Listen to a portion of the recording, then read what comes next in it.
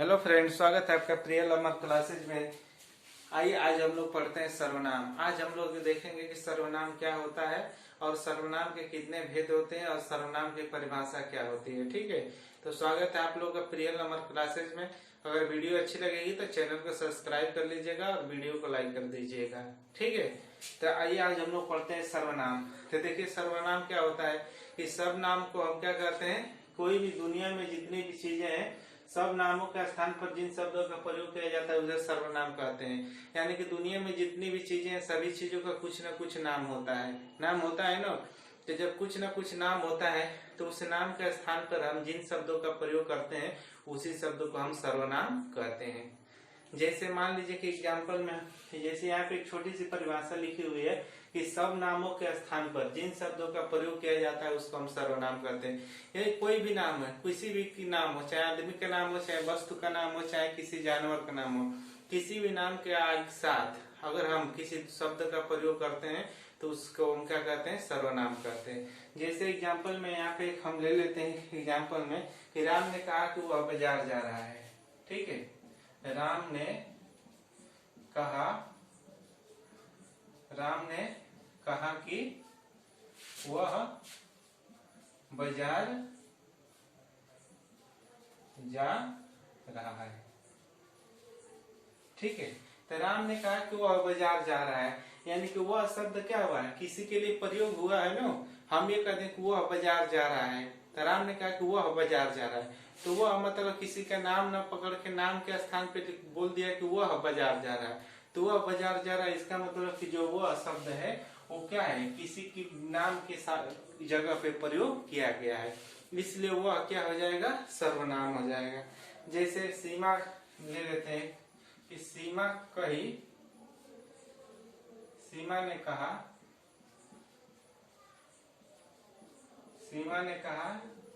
कि मैं खाना बना रही हूँ। सीमा ने कहा कि मैं खाना बना रही हूँ। तो देखिए सीमा क्या करे, सीमा करे कि मैं खाना बना रहा हूँ, तो मैं खाना बना रहा हूँ, तो यहाँ पे जो मैं शब्द है वो किसके लिए प्रयोग हुआ है, सीमा के लिए प्रयोग हुआ ना। क्योंकि मैं खाना बना रहा हूँ यानी कि सीमा ही खाना बना रही है, तो जो मैं शब्द है वो किसके लिए प्रयोग हुआ है, सीमा के लिए प्रयोग किया। इसलिए यहाँ पे मैं क्या हो जाएगा, सर्वनाम हो जाएगा। मैं क्या हो जाएगा, सर्वनाम। ठीक है, यहाँ पे वह क्या हो जाएगा, सर्वनाम हो जाएगा। वह शब्द किसी के नाम के लिए प्रयोग हुआ है। तो इसी तरह से सर्वनाम को पहचानते हैं कि किसी भी नाम के लिए जब हम किसी दूसरे नाम का प्रयोग करते हैं, सब स्थानों के बाद पर किसी भी शब्द का प्रयोग, किसी नाम के स्थान पर हम किसी भी शब्द का प्रयोग करते हैं तो उसको हम क्या कहते हैं, सर्वनाम कहते हैं। ठीक है, जैसे एक और एग्जाम्पल ले लेते हैं कि मोहन ने आकाश से पूछा कि तुम कब आओगे,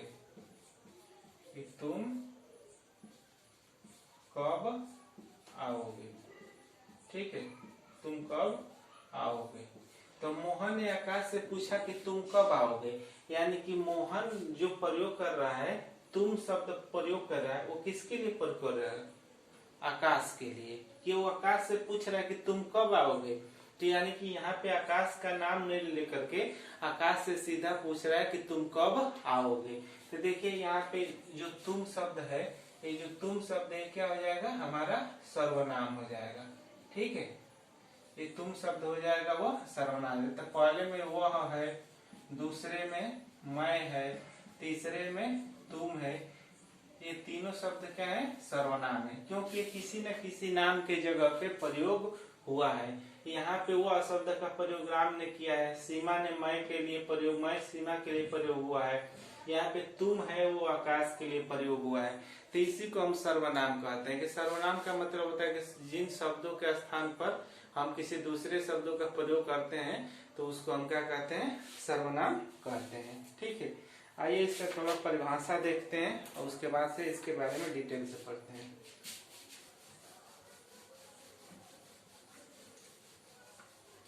तो इसकी परिभाषा हम लिख देते हैं ब्लैक बोर्ड पे, इसकी परिभाषा क्या होती है।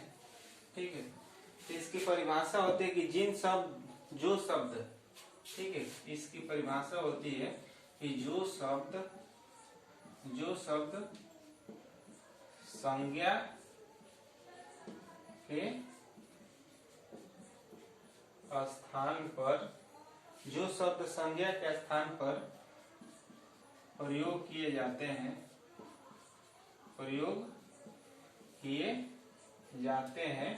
उसे सर्वनाम कहते हैं। यानी कि जो शब्द संज्ञा की जगह पर प्रयोग किए जाते हैं उन शब्दों को हम क्या कहते हैं, उन शब्दों को हम सर्वनाम कहते हैं। जो भी शब्द हैं, जो शब्द संज्ञा की जगह प्रयोग किए जाएंगे उसको हम सर्वनाम कहेंगे। क्योंकि संज्ञा के बारे में हम जानते हैं कि संज्ञा क्या होती है। संज्ञा का मतलब नाम होता है। हम नाम को ही क्या कहते हैं, संज्ञा कहते हैं। चाहे वो किसी का भी नाम हो, चाहे व्यक्ति का नाम हो, चाहे वस्तु का नाम हो, चाहे स्थान का नाम हो, चाहे भाव का नाम हो, हम उसको क्या कहते हैं, संज्ञा कहते हैं।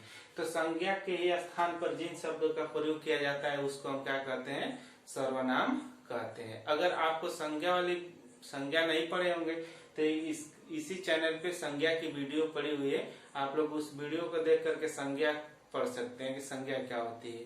और वीडियो अच्छी लगे तो चैनल को सब्सक्राइब करिएगा, वीडियो को लाइक और शेयर जरूर कर दीजिएगा। ठीक है, तो देखिए, आइए, सर्वनाम तो परिभाषा हो गई। अब हम सर्वनाम के भेद पढ़ते हैं कि सर्वनाम के कितने भेद होते हैं। ये कई बार पेपरों में पूछा गया है कि सर्वनाम के कितने भेद होते हैं। सर्वनाम के भेद हम लोग पढ़ते हैं, सर्वनाम के भेद। तो सर्वनाम के कुल 6 भेद होते हैं। जो सर्वनाम होता है उसके 6 भेद होते हैं।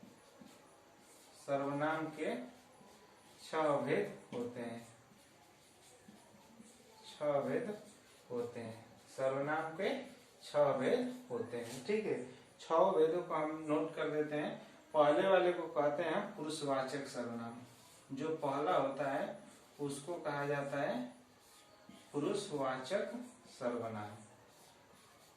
पुरुषवाचक सर्वनाम। ठीक है, जो दूसरा होता है दूसरा को हम कहते हैं निश्चयवाचक सर्वनाम। निश्चयवाचक सर्वनाम। दूसरे वाले को हम कहते हैं निश्चयवाचक सर्वनाम। जो तीसरा होता है उसको हम कहते हैं निजवाचक सर्वनाम। निजवाचक सर्वनाम। निजवाचक सर्वनाम। ठीक है, जो चौथा होता है, चौथा को हम कहते हैं संबंधवाचक सर्वनाम। चौथा को हम कहते हैं संबंधवाचक सर्वनाम। ठीक है, जो पांचवा होता है उसको हम कहते हैं अनिश्चयवाचक सर्वनाम। इसको हम कहते हैं अनिश्चयवाचक सर्वनाम। ठीक है, और जो 6वां होता है उसको हम कहते हैं प्रश्नवाचक सर्वनाम।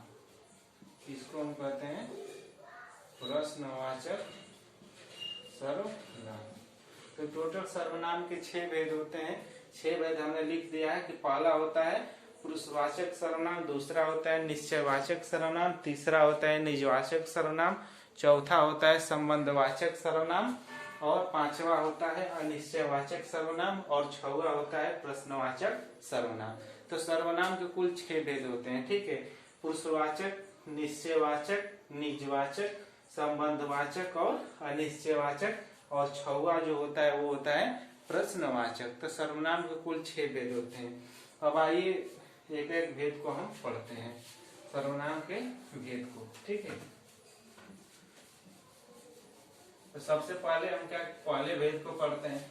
पहला भेद हमारा दिया हुआ है कौन सा, पुरुषवाचक सर्वनाम।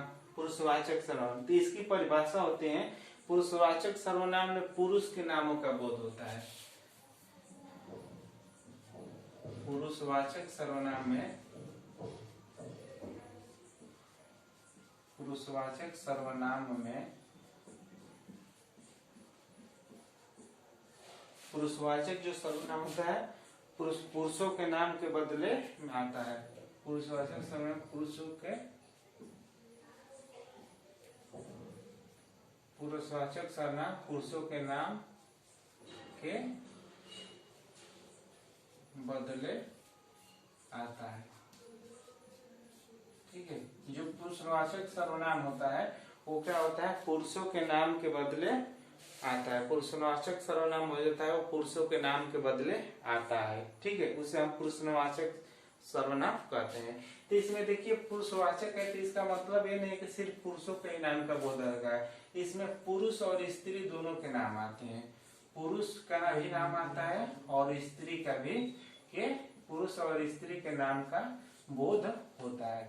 इसमें दोनों के नाम का बोध होता है, पुरुष के भी नाम का बोध होता है और स्त्री के भी नाम का बोध होता है। ठीक है, इसमें दोनों का नाम का बोध होता है। जैसे पुरुषवाचक में हो गया, जैसे मैं हो गया, तुम हो गया, हम हो गए, आप हो गए। ठीक है, ये वे, ये हो गए, वे हो गए। ठीक है, ये सब क्या है, पुरुषवाचक सर्वनाम है। तो पुरुषवाचक सर्वनाम की परिभाषा होती है कि पुरुषवाचक क्या होता है, पुरुषों के नाम के बदले में प्रयोग किया जाता है, उसको हम पुरुषवाचक सर्वनाम कहते हैं। लेकिन इसमें पुरुष और स्त्री दोनों के नाम का बोध होता है। जैसे अभी आप पिछला एग्जाम्पल देखे थे कि उसमें जैसे हम कहे कि राम ने कहा कि मैं खेलने जा रहा हूँ, तो जो मैं शब्द है वो राम के लिए प्रयोग हो रहा है। लेकिन अगर कहें कि सीमा ने कहा कि मैं खाना बना रही हूँ, तो जो सीमा ने कहा कि मैं खाना बना रही हूँ, तो जो मैं शब्द है वो किसके लिए प्रयोग हो रहा है, सीमा के लिए प्रयोग हो रहा है। तो मैं शब्द में पुरुष भी आ रहा है और स्त्री भी आ रही है।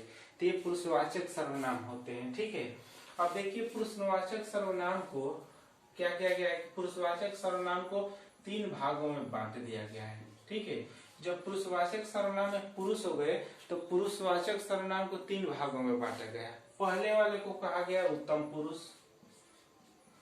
ठीक है, पहले वाले को कहा गया उत्तम पुरुष, दूसरे वाले को कहा गया मध्यम पुरुष। ठीक है, दूसरे वाले को कहा गया मध्यम पुरुष और तीसरे वाले को कहा गया अन्य पुरुष। अन्य पुरुष। ठीक है, तीसरे वाले को कहा गया अन्य पुरुष। इसको हम हटा देते हैं, इसको आप लोग नोट कर लिए होंगे कि सर्वनाम के कितने भेद होते हैं। ठीक है, तो सर्वनाम के कुल 6 भेद होते हैं। अब एक एक भेद को हम पढ़ रहे हैं। अभी हम पहला भेद पढ़ रहे हैं, पुरुषवाचक सर्वनाम। ठीक है, अभी हम लोग पढ़ रहे हैं पहला भेद को, पुरुषवाचक सर्वनाम को। तो देखिए इसको 3 भागों में बांट दिया गया है। इसको कहते हैं उत्तम पुरुष, यानी कि जो बोलने वाला होता है, जो बोलने वाला होता है, बोलने वाला होता है उसको कहा जाता है उत्तम पुरुष।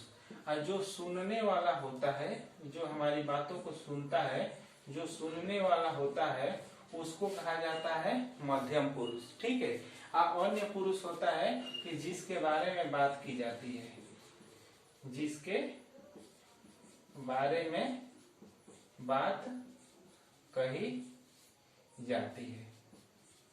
ठीक है, जैसे यहाँ पे एक एग्जाम्पल हम लिखते हैं कि राम ने, आइए अब हम लोग दूसरा पढ़ते हैं। दूसरा होता है निजवाचक सर्वनाम। ठीक है, तो निजवाचक सर्वनाम निश्चयवाचक सर्वनाम होता है। तो निश्चयवाचक सर्वनाम में होता है कि वस्तु पास या दूर है उसकी निश्चितता का बोध होता है, कि कोई भी वस्तु पास या दूर है वो निश्चित, अपनी निश्चितता बताती है कि हम दूर है या हम पास है। तो जैसे लिखे कि हम, वो अच्छा है, वह बुरा है, तो वह अच्छा है वह बुरा है, तो यहाँ पे निश्चितता बता रहे, निश्चित है कि वह अच्छा है चाहे वह बुरा है। तो जो चीजें है वो क्या है, एकदम से निश्चित होती है कि वह अच्छा है चाहे वह बुरा है।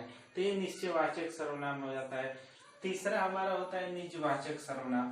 तो निजवाचक सर्वनाम में होता है ना कि आप कर्ता के विषय में कुछ बताता है, यानी कि आप कर्ता होता है वो कुछ कर्ता के विषय में ही कुछ बताता है। यानी कि जो यहाँ पे जो कर्ता होता है ना, कर्ता यहाँ पे साइलेंट रहता है, कर्ता जो होता है वो छुपा रहता है, छुप करके ही अपना काम करता है।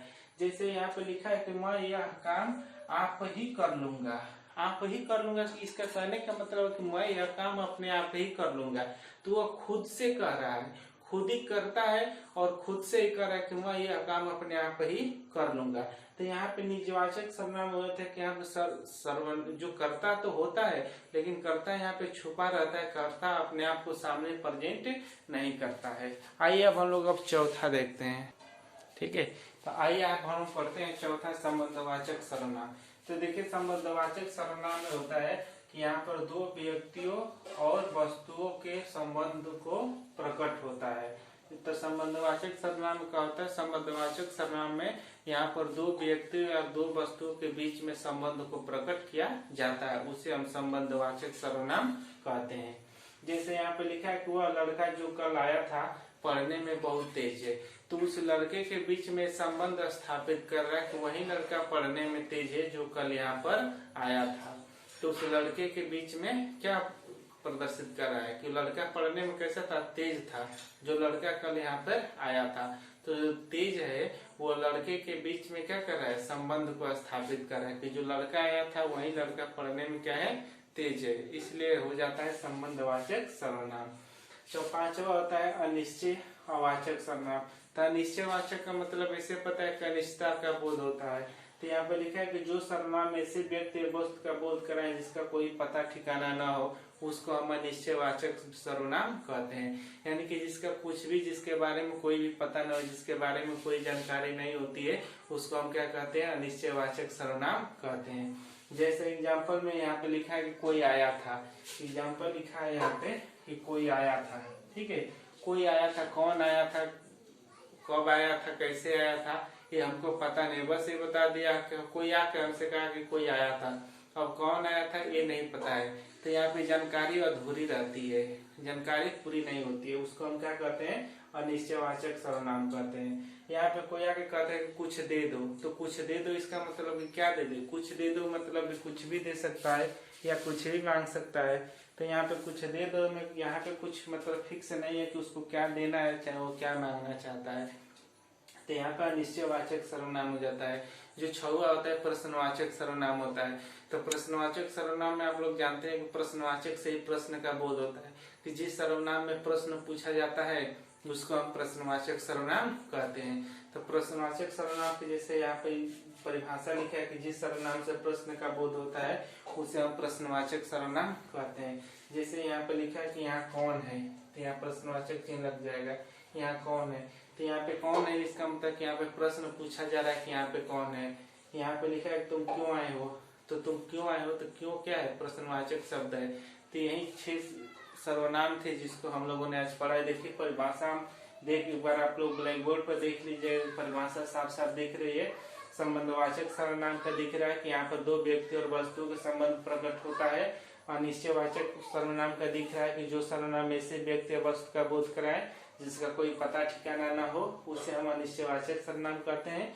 और एक होता है छठवां होता है प्रश्नवाचक सर्वनाम, कि जिस सर्वनाम में प्रश्न का बोध होता है उसे हम प्रश्नवाचक सर्वनाम कहते हैं। तो ये रहा हमारा कंप्लीट सर्वनाम। अगली वीडियो में हम लोग पढ़ेंगे विशेषण। अगर संज्ञा की वीडियो देखना हो तो संज्ञा का हम वीडियो पहले से डाल चुके हैं, संज्ञा की वीडियो भी देख लीजिएगा। इसके नीचे हम लिंक दे देंगे संज्ञा के वीडियो को।